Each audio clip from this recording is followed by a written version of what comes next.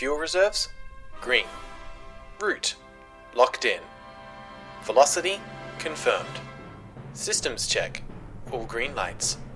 Initiating launch sequence, liftoff in 3, 2, 1.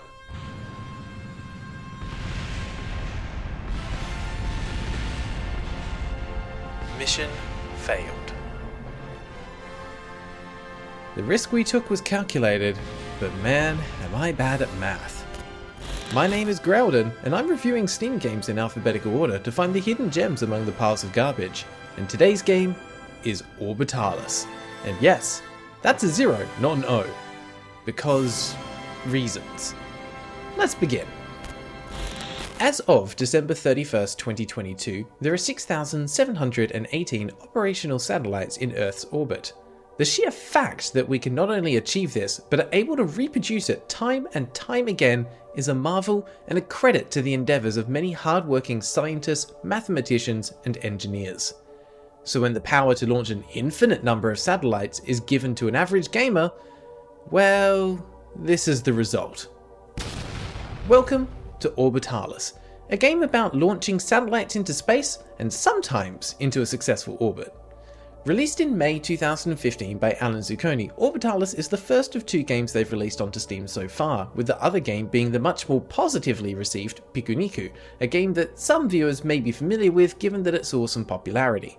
So it's certainly interesting to go back to their roots and review a game that, judging by the score, is likely quite a bit rougher around the edges. Interestingly enough though, upon starting the game, the experience is quite smooth. After a short intro animation, you arrive at the title screen, and from here a single click sends you straight into the game and boom, you're playing. As much as I love a good options menu, I do have an appreciation for these more seamless experiences that get you straight into the action because, let's face it, what's more likely to get you hooked? Staring at an incomprehensible list of keybinds that make no sense because you have no reference point within the game, or some actual engaging gameplay? Well, it turns out that we actually need to retract things slightly, because if we rewind a bit, you'll notice that as the screen fades, there are actually some menu icons that appear briefly. So they've actually done a neat trick, because we'll see later that this is indeed where the main menu is meant to appear, but they faded out the animation and pushed you straight into level 1. That's a nice way to work around the problem, and a solution that most players wouldn't notice.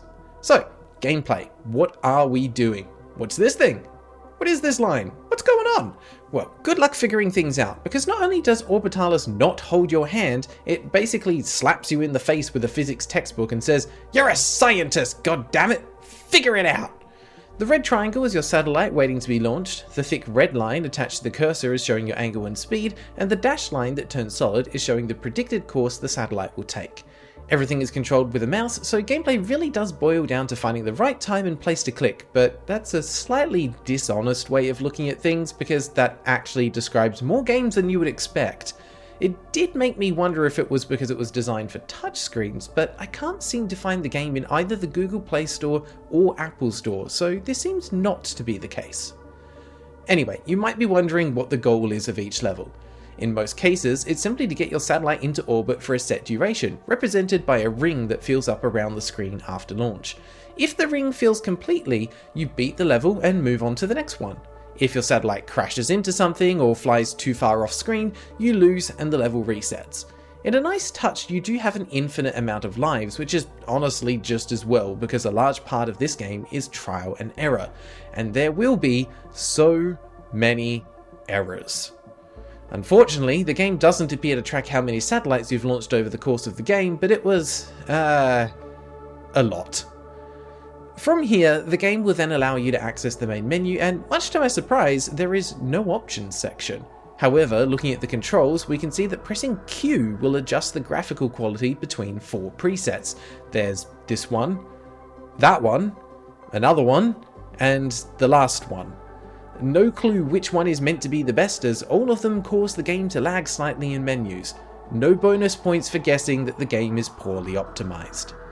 From the main menu you can access the star map, which is the level selection laid out like a star chart in a planetarium. It looks pretty, but the poor optimization makes navigating the menu feel absolutely terrible. The map is divided into zones: Alpha, Beta, Gamma, Delta, and so on, and each section introduces a new mechanic. The puzzles themselves increase in difficulty at a good pace, but fall into the all too commonly seen trap of not combining these mechanics in later levels, at least not to a degree that will make you feel accomplished. Some of the more interesting mechanics include multiple suns, suns with reverse gravity, levels with no suns, ones where you need to hit a specific asteroid, and a few where you're racing against an AI opponent. Although, not really, because they make the same move every time. So it's more like a time limit than anything else. As I said earlier, the goal for most of the levels is to simply stay in orbit for long enough, but there are a few that shake things up by asking you to stay inside a particular zone for the duration, but that's really about it. All of these are positives, as variety and challenges are what give a puzzle game replayability and longevity, so it's a shame that some of the achievements completely miss the mark. There are achievements for maintaining a satellite in orbit for 1 minute, 5 minutes, 30 minutes, and 60 minutes. On paper, this sounds alright, but in reality, once you have a stable orbit for a satellite, it's really just a question of how long you're willing to let the game run for. To make things worse, the devs double down by making the global high scores work in this way as well. This means that there are records that are literally thousands of minutes long, but the only impressive thing about them is the fact that they left the game running for so long. So what, you might be thinking? It's just achievements and high scores, most people don't care about them, and you'd be right, most people just want to play the game. So here's the real kicker. With a few exceptions, the moment-to-moment gameplay just isn't fun. It's a lot of trial and error. Click and then watch an animation and hope that you pass the time limit. It's fine for the first few times, but it grows old pretty quickly, and if you get stuck on a level because you're trying to get into orbit clockwise instead of anti-clockwise, well, you'll be there for a while. Thankfully, they did include a heat map style display that shows where and when other players clicked to launch their satellites. However, it's incredibly misleading because those are just the launch spots showing popularity, not necessarily successful launches. And as a result, I found that more often than not, the hotspots hindered more than they helped, and I usually ended up beating a level by just doing my own thing. Setting that aside, let's say for a moment that you're intrigued by this premise and not only purchased the game, but are actively enjoying it. Well, good news. After beating all the levels, there is also a daily challenge level. Not sure if these are pulled from a pre-made selection that are on rotation or if they're somehow randomized, but I highly doubt that someone is still creating and submitting these on a daily basis. Oh, and there is Steam Workshop support too, with 351 items, so if this game turns out to be up your alley, then you're in luck with a decent amount of extra content. I think I'll pass though.